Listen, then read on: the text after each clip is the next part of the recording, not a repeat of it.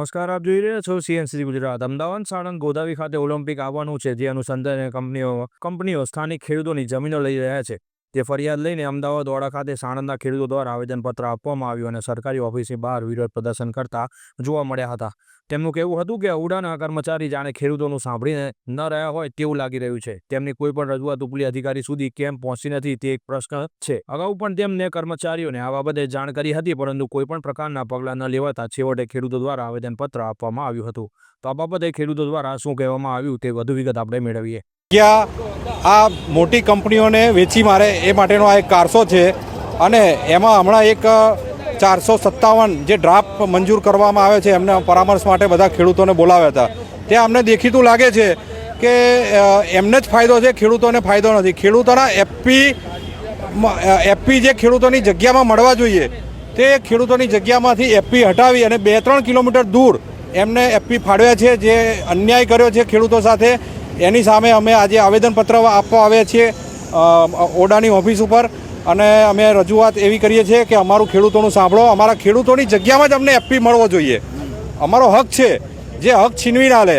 જો તમે એવું કરશો તો ખેડૂતો સાથે અન્યાય થશે અને એ તમે કરવામાં સરકારને જે અમે રજૂઆતના વાંધા આપીએ છીએ, જો સરકાર એવું અમારો સાંભળશે નહીં તો ચોક્કસથી અમને એવું લાગે છે કે એ બે પાર્ટીઓ જે છે, જે કંપનીઓ છે, એમના હિતનું જ કામ કરે છે. ખેડૂતોનો આમાં કોઈ ફાયદો થતો નથી, ખેડૂતોને નુકસાન જ જઈ રહ્યું છે. પરંતુ તમે જે પ્રકારે કહો છો એમને ફાયદો થાય છે, તો આ ફાયદો કઈ પ્રકારે થાય છે અને તમને કઈ રીતે નુકસાન થાય? એમને સારા એફપી ફાળે છે કે અમારે વર્ષોથી અમે જે ખેડૂતો અમારી જગ્યા બાપદાદાની જગ્યામાં અમે ખેતી કરીએ છીએ એ જગ્યામાંથી અમને હટાવી દે છે અને અમને દૂર જગ્યા આપી દે છે, જે અમારી જગ્યા બધા ખેડૂતો માનવા તૈયાર નથી.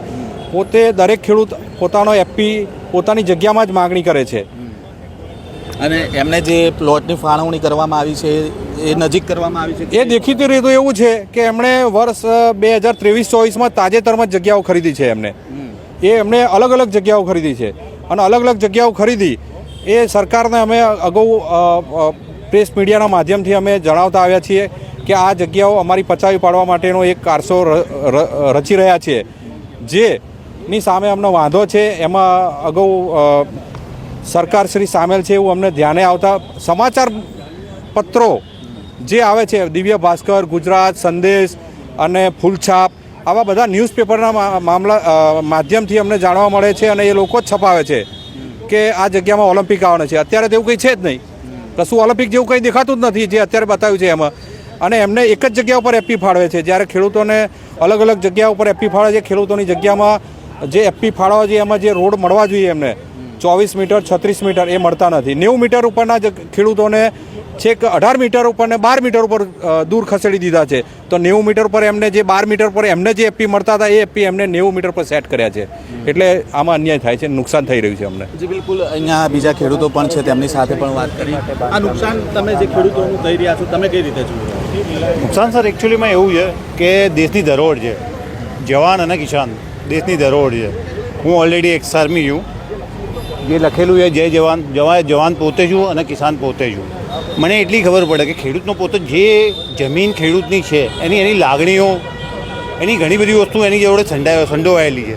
પણ એને તમે એ જગ્યાને ફેરવીને તમે 3 કિલોમીટર 4 કિલોમીટર દૂર કરી દો.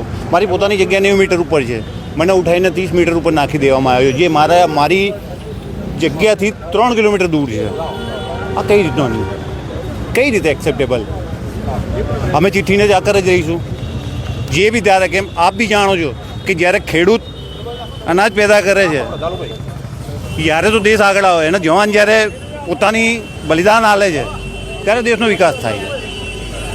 અને બસ માત્ર ઉદ્યોગપતિના લીધે આવું કઈ રીતે ચલાવી લેવામાં આવશે? કોઈ સાંભળવા વાળું છે? મને તો એવું લાગે કે જાણે લોકોના કાન બેરા થઈ ગયા છે, કોઈ સાંભળવા તૈયાર નથી. Bureau chief CNC Gujarat, Patan.